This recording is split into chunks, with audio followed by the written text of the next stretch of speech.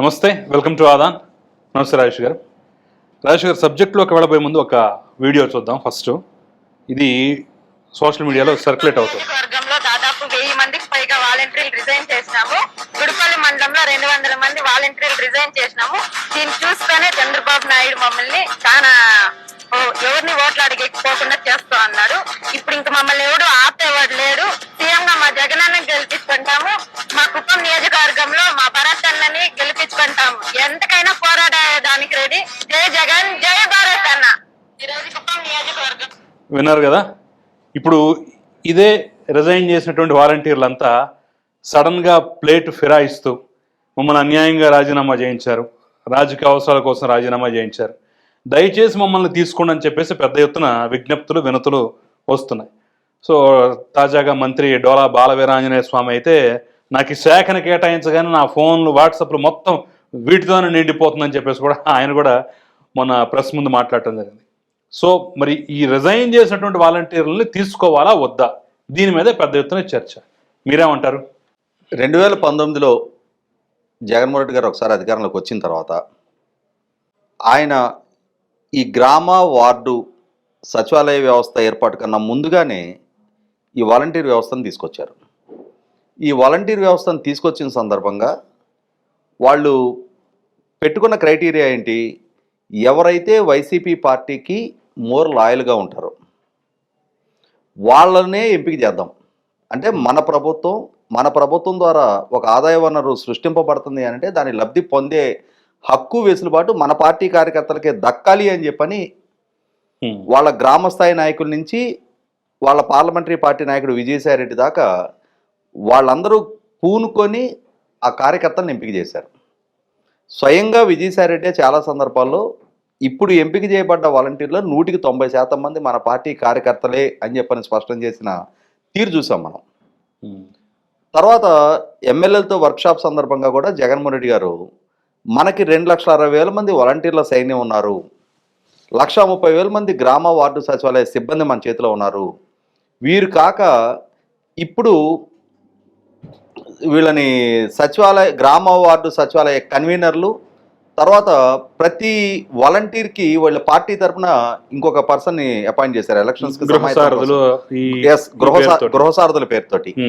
అంటే ఓవరాల్గా ఒక 10 లక్షల సైన్యం మనకి ఉన్నారు అని చెప్పని జగన్మోహన్ రెడ్డి గారే స్వయంగా ప్రతి ఎమ్మెల్యేల వర్క్షాప్లో కూడా చెప్పడం జరిగింది. తర్వాత వైసీపీ పార్టీ ఎన్నికల సమాయత్తం కోసం ఏర్పాటు చేసిన మొట్టమొదటి సభ విశాఖపట్నం భీమిలిలో సిద్ధం పేరిట. ఆ సభలో జగన్మోహన్ రెడ్డి గారే స్వయంగా వాలంటీర్లు మన పార్టీ అభిమానులే, మన గెలుపుకి దోహదం చేస్తారు అని చెప్పని చెబుతూ వాలంటీర్లని మీరు స్లీవ్స్ మడిసి యుద్ధానికి సిద్ధంగండి అని చెప్పని ఆయన పిలిపివ్వడం జరిగింది. అంటే ఇక్కడ అర్థమవుతున్నది ఏంటి? వైసీపీ పార్టీ తన పార్టీ అవసరాల కోసం 2024 ఎన్నికల్లో తన గెలుపుకి దోహదం చేయటం కోసం లక్షలాది మంది తన కార్యకర్తల్ని ప్రభుత్వ ధనంతో పోషింపజేసుకున్నారనేది వాస్తవం. అంటే ప్రతి 50 ఏళ్ళకి ఒక వాలంటీర్ని అపాయింట్ చేసి ఈ 50 ఏళ్ల మీద ఈ వాలంటీర్ ద్వారా పూర్తి స్థాయి సర్వేలెన్స్ పెట్టారు.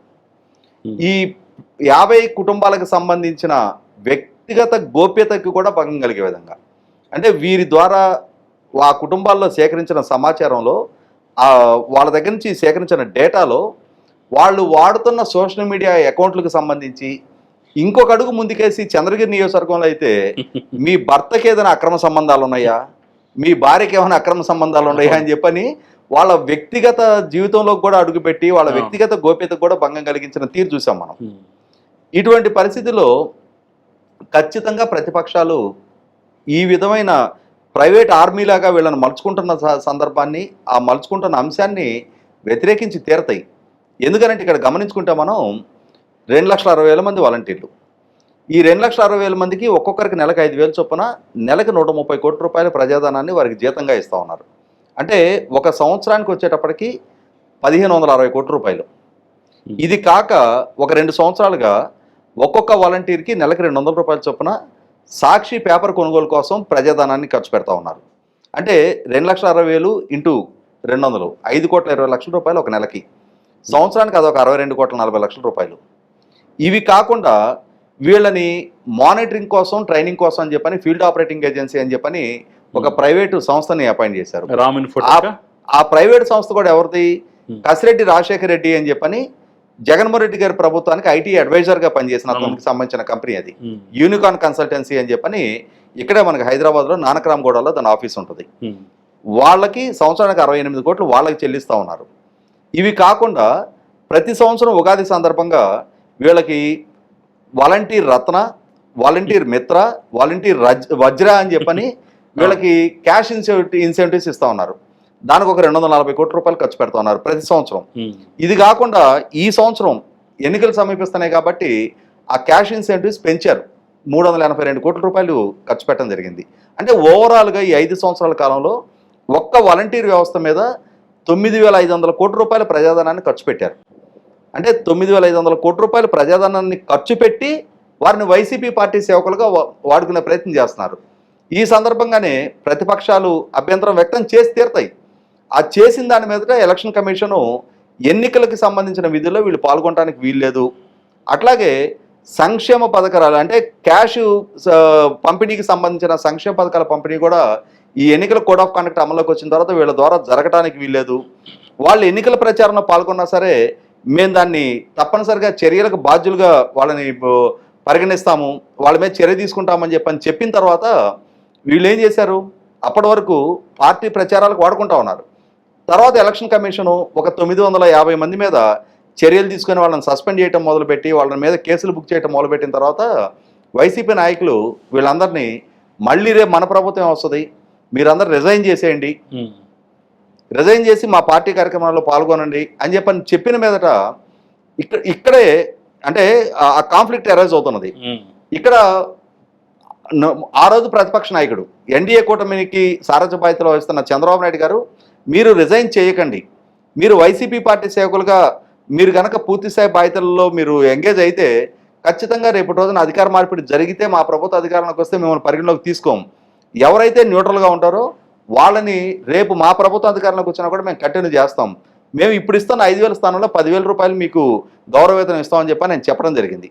ఆ చెప్పిన మీదట ఈ అధికార పార్టీ నాయకులు ఒత్తిడి పెట్టిన చాలామంది వాలంటీర్లు పునరాలోచనలో పడ్డారు, వాళ్ళు కొంత న్యూట్రల్గా ఉండటానికి సిద్ధపడ్డారు. కానీ అదే సందర్భంలో చాలామంది వాలంటీర్లు మాకు వైసీపీ పార్టీ సేవే ముఖ్యం, మాకు చంద్రబాబు నాయుడు గారు ఇచ్చే 10,000 కన్నా కూడా వైసీపీ పార్టీ సేవకులుగానే మేము ఉండటానికి ఇష్టపడతామని చెప్పని రాజీనామా చేసి వాళ్ళు వైసీపీ పార్టీకి పూర్తి స్థాయిలో ఎలక్షన్స్లో పనిచేసింది వాస్తవం. మా గ్రామంలో అయితే పోలింగ్ బూత్ ఏజెంట్గా కూడా వాలంటీరే కూర్చున్నాడు, రిజైన్ చేసేసాడు. రిజైన్ చేసినాక అతను ఏజెంట్గా కూర్చున్నాడు. ఈ కూర్చున్న నేపథ్యంలో ఎలక్షన్ పూర్తయింది. ఎలక్షన్ పూర్తయిన తర్వాత TV5లో ఎలక్షన్ పూర్తయిన 4వ రోజు ఒక డిబేట్లో నేనున్నా, మార్నింగ్ డిబేట్లో. అక్కడ ఒక పార్టీ ప్రతినిధి అతను చంద్రబాబు నాయుడు గారు రేపటి రోజున ఈ రాజీనామా చేసిన వాలంటీర్లను కూడా మళ్ళీ తిరిగి దయాద్ర హృదయంతో వాళ్ళని చేర్చుకోవాలి అని చెప్పని అప్పీల్ చేస్తా ఉన్నాడు. అతను ఎన్డీఏ కూటమి పార్టీకి సంబంధించిన ప్రతినిధి. నేను అభ్యంతరం పెట్టా, మీరు 4 రోజులు ఎలక్షన్స్ అయి 4 రోజులు కావటం లేదు, మీరు అప్పుడే చంద్రబాబు నాయుడు గారి మీద ఇటువంటి కాంట్రవర్షియల్ డిమాండ్లు పెడతా ఉన్నారు ఆయన ముందు, మీరెందుకు రాజీనామా చేసిన వాళ్ళని చేర్చుకోవాలని చెప్పని మీరెందుకు ప్రతిపాదిస్తున్నారు? వాళ్ళు మాకు చంద్రబాబు నాయుడు గారు 10,000 ఇస్తానన్నా కూడా మాకు వైసీపీ పార్టీయే ముఖ్యం అనుకొని చెప్పని వాళ్ళు రాజీనామా చేసి వెళ్ళారు. ఆ ప్లేస్లో తీసుకోవాలి అనుకుంటే మీ కూటమికి సంబంధించిన పార్టీ నుంచి కొత్తగా కుర్రాళ్ళని తీసుకోండి. ఈ 5 సంవత్సరాలుగా కష్ట నష్టాలు వచ్చి మీకు జెండా మోసిన కార్యకర్తలు చాలామంది ఉన్నారు, వాళ్ళని అకామిడేట్ చేసుకోండి. వైసీపీ పార్టీ సేవ మాకు ప్రాధాన్యం అనుకున్నాడని మీరెందుకు ఎంపిక చేసుకోవాలనుకుంటున్నారు అని అంటే అతను లైవ్లో వీళ్ళందరూ ఎక్కువ మంది SC STలు ఉన్నారు, మీరు వాళ్ళని అడ్డుకుంటున్నారు అని అంటే SC STల పట్ల మీ వ్యతిరేకత నాకు అర్థమవుతుంది అని చెప్పని దాన్ని ఒక ఎమోషనల్ ఇష్యూగా మలిచే ప్రయత్నం చేశాడు. నేను కూడా గట్టిగా సీరియస్ అయ్యా, ఈ ఎమోషనల్ బ్లాక్మెయిల్ ఇష్యూస్ పక్కకు పెట్టండి, మీలాంటి వాళ్ళ మూలానే ఈ కూటమి రేపు వాళ్ళ ఐక్యత దెబ్బతింటే దానికి మీలాంటి వాళ్ళే బాధ్యులు అవుతారు అని చెప్పని నేను కూడా గట్టిగా కండెమ్ చేయడం జరిగింది. ఏదేమైనా సరే ఇప్పుడు ఎన్నికలు పూర్తయిపోయినాయి, ఫలితాలు వచ్చినాయి, అధికార మార్పిడి జరిగిపోయింది, వాళ్ళ అంచనాలు తలకిందులైనవి, వాళ్ళు ఆశించిన విధంగా మళ్ళీ జగన్మోహన్ రెడ్డి అధికారంలోకి రాకపోగా ఇప్పుడు ఎవరైతే రిజైన్ చేయకుండా ఉన్నారో వాళ్ళని ఒకవేళ ఈ ప్రభుత్వం కంటిన్యూ చేసి వాళ్ళకి రేపటి రోజున 10,000 రూపాయలు వాళ్ళకి మంత్రి గౌరవవేతనం కనుక ఇచ్చిన పక్షంలో రాజీనామా చేసిన వాళ్ళు ఇప్పుడు వీళ్ళు ఉసురుమంటా ఉన్నారు. ఇప్పుడు వాళ్ళు అభ్యర్థించడం మొదలు పెడతాము. అంటే మేమేదో చిన్నపిల్లలము, మాకేం తెలియని అమాయకులము, మమ్మల్ని మ్యానిపులేట్ చేసి రాజీనామా చేయించారు అని చెప్పని. ఎవరు రాజీనామా చేయమంటే ఎవరో రాజీనామా చేయమంటే మీరెందుకు రాజీనామా చేశారు? ఇప్పుడు మనం నువ్వు ప్లే చేసిన వీడియో విన్నాం కదా, కుప్పం నియోజకవర్గానికి సంబంధించి. వాళ్ళు వాలంటరీగా రాజీనామా చేశారు. ఎందుకంటే వాళ్ళందరూ సహజ సిద్ధంగానే వైసీపీ కార్యకర్తలని ఎంపిక చేశారు కాబట్టి వాళ్ళకి ఈ 5,000 10,000 కన్నా కూడా మాకు పార్టీ ముఖ్యం అనుకొని రాజీనామా చేశారు. కాబట్టి వాళ్ళ పార్టీ లాయల్టీని మనం అప్రిషియేట్ చేద్దాం. అంతకు ముందు కూడా అంబటి రాంబాబు వంటి వాళ్ళు కానీ మిగతా వాళ్ళు కానివ్వండి, ఎవరైతే వాలంటీర్గా ఉండి మనకు అనుకూలంగా పనిచేయట్లేదో మీరు చెప్పండి, ఇమీడియట్గా మీరు చెప్పిన మరుక్షణం నేను తీసేస్తాను, మనకు పనిచేయని వాడు మనవాడు ఎట్లా అవుతాడో, అసలు ఆ పోస్టులు ఎట్లా ఉంటాడని చెప్పేసి మీడియా ముఖంగానే చెప్పినటువంటి సందర్భాలు ఉన్నాయి కదా. చాలా నియోజకవర్గాల్లో ఇన్ఛార్జీలు, చాలా నియోజకవర్గాలు కాదు 175 నియోజకవర్గాల్లో ఇన్ఛార్జీలు వాలంటీర్లతో ఆత్మీయ సమావేశాలు ఏర్పాటు చేశారు. వాళ్ళందరికీ క్యాష్ ఇన్సెంటివ్స్ ఇచ్చారు, వాళ్ళందరికీ గిఫ్ట్లు ఇచ్చారు, గిఫ్ట్ హ్యాంపర్స్ ఇచ్చారు, బట్టలు పెట్టారు. వాళ్ళు వాటికి ప్రలోభపడి తీసుకున్నారు. దానికి కక్కుర్తిపడే వాళ్ళు రేపు రోజున వీళ్లే శాశ్వతంగా ఇంకొక 30 ఏళ్ళు అధికారంలో ఉంటారని చెప్పిన ఆలోచనతోటే వాళ్ళు రాజీనామా చేసి వెళ్ళారు. వాళ్ళ భవిష్యత్తు కన్నా, వాళ్ళ కెరీర్ కన్నా వాళ్ళకు వైసీపీ పార్టీ సేవే ముఖ్యం అనుకున్నాళ్ళని let them go and serve to YCP party. వాళ్ళని మళ్ళీ తిరిగి వెనక్కి తీసుకోవాల్సిన అవసరం లేదు, పునరాలోచన చేయాల్సిన అవసరం లేదు. ఒకవేళ ఆ స్థానాల్లో వేరే మీరు చెప్పినట్టుగా ఇప్పుడు మీరు చెప్పినట్టు ఆ సదరు సోకాల్డ్ పర్సన్ ఎవరో నాకు కొంతవరకు అర్థమవుతుంది, మీరు పేరు చెప్పకపోయినా కానివ్వండి. వాళ్ళు కూడా ఎన్డీఏ పార్ట్నర్ అంటున్నారు కాబట్టి రేపటి రోజున ఒత్తిడి తీసుకొచ్చి, ఇలాంటి వాళ్ళంతా పైనుంచి ఒత్తిడి తీసుకొచ్చి ముఖ్యంగా ఉంది ఎస్సీ ఎస్టీలు, వాళ్ళని ఎలా అన్యాయం చేస్తాం, వాళ్ళని ఎలా వదిలేస్తాం అని చెప్పేసి రాజీనామా చేసిన వాళ్ళని కూడా బలవంతంగా మళ్ళీ నెత్తికి గట్టే ప్రయత్నం చేస్తే ఇక్కడ గమనించుకోవాల్సింది, కూటమి గెలుపుకి దోహదం చేసిన ప్రతి వర్గంలో, ప్రతి నియోజకవర్గంలో కూడా ఎస్సీ ఎస్టీ ఓటర్లు ఉన్నారు. అవును, ఇవాళ 29 ఎస్సీ నియోజకవర్గాల్లో 27 కూటమి గెలిచింది, 7 ఎస్టీ నియోజకవర్గాల్లో 5 కూటమి గెలిచింది. కాబట్టి వైసీపీకి సంబంధించిన కార్యకర్తలే ఎస్సీ ఎస్టీలు కాదు, ఎస్సీ ఎస్టీలుగా ఉండి జెండా మోసి 5 సంవత్సరాల్లో ఇబ్బందులు పాలైన వాళ్ళు, కష్టాలు ఎదుర్కొన్న వాళ్ళు, పార్టీకి లాయల్గా ఉన్నాళ్ళు, ఎన్ని ఒత్తిళ్లు ప్రలోభాలు వచ్చినా మేము పార్టీకే కట్టుబడి ఉంటాము అని చెప్పని తెలుగుదేశంకి కట్టుబడి ఉన్నాళ్ళు కొన్ని లక్షల మంది ఉన్నారు. వాళ్ళలో నుంచి యోగ్యుల్ని ఎంపిక చేసుకోవచ్చు, వాళ్ళకి అవకాశం కల్పించవచ్చు. ఇక్కడ ఇంకొకటి అంశం కూడా ఏంటి అంటే, ఇప్పుడు 5,000 స్థానంలో 10,000 ఇస్తా ఉన్నారు. వాలంటీర్ల సంఖ్యను కూడా తగ్గించుకోవాల్సిన అవసరం ఉంది. 50 ఏళ్ళకు ఒక వాలంటీర్ అవసరం ఏముంది? వాళ్ళ డ్యూటీ ఏంటి? నెలకు ఒకసారి పెన్షన్ పంపిణీ. 50 ఏళ్లకే పంపిణీ చేయాలా? 100 ఏళ్ళకి పంపిణీ చేయలేరా? గతంలో పంచాయతీ సెక్రటరీ ఒక్కడే ఊరు మొత్తానికి పంపిణీ చేశాడు ఒక్క రోజులో. ఒక రోజు కాకపోతే 4 రోజులు టైం తీసుకునేది. ఒక్క పంచాయతీ సెక్రటరీ ఊరు మొత్తానికి పంపిణీ చేసినప్పుడు ఇవాళ 100 ఏళ్ళకు ఒక వాలంటీర్నైనా అపాయింట్ చేయొచ్చు. దాని ద్వారా కొంత బడ్డనైనా ప్రభుత్వం మీద తగ్గించుకోవడానికి ఆస్కారం ఉంటుంది. వాళ్ళల్లో స్కిల్ అసెస్మెంట్ చేస్తూ ఉన్నారు. ఇప్పుడు ఆ స్కిల్ అసెస్మెంట్ చేసి వాళ్ళకి మెరుగైన శిక్షణ ఇచ్చి మెరుగైన ఉపాధి అవకాశాలు కల్పించవచ్చు. ఇవాళ 5,000కో 10,000కో వాళ్ళ ఎనర్జీ లెవెల్స్ మొత్తం అడ్జస్ట్ అవ్వాల్సిన నెస్టీ కూడా లేదు.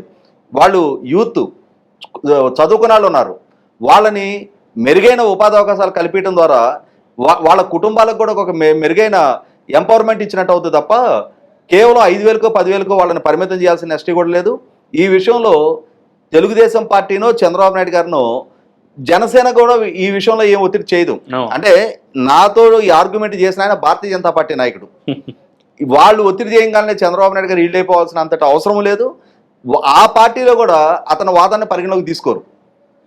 వైసీపీ పార్టీ కార్యకర్తలను తీసుకొచ్చి ఇప్పుడు అకామిడేట్ చేసుకోవడానికి ఈ ప్రభుత్వం రాగానే ఈ ప్రభుత్వం ద్వారా జరిగే మొట్టమొదటి లబ్ధి వైసీపీ పార్టీ కార్యకర్తలకు ఎందుకు ఇస్తారు? అంటే తెలుగుదేశం పార్టీ తరఫున ఇన్ని సంవత్సరాలు కష్టకాలంలో అండగా నిలబడిన కార్యకర్తలు లేరా? పార్టీకి లాయల్గా ఉన్న ఎస్సీ ఎస్టీలు లేరా? బీసీలు లేరా? వాళ్ళలో నుంచి ఎంపిక చేసుకుంటారు అవసరాన్ని బట్టి. జనసేన ఉన్నారు, బీజేపీ ఖచ్చితంగా. ఇటువంటి పరిస్థితుల్లో ఏదేమైనా సరే ఇప్పుడు రాజీనామా చేసిన వాళ్ళని ఒక్కరిని కూడా వాళ్ళు ఎంత ప్రాధేయపడ్డా ఆ విషయంలో మాత్రం పునరాలోచించాల్సిన అవసరమే లేదు.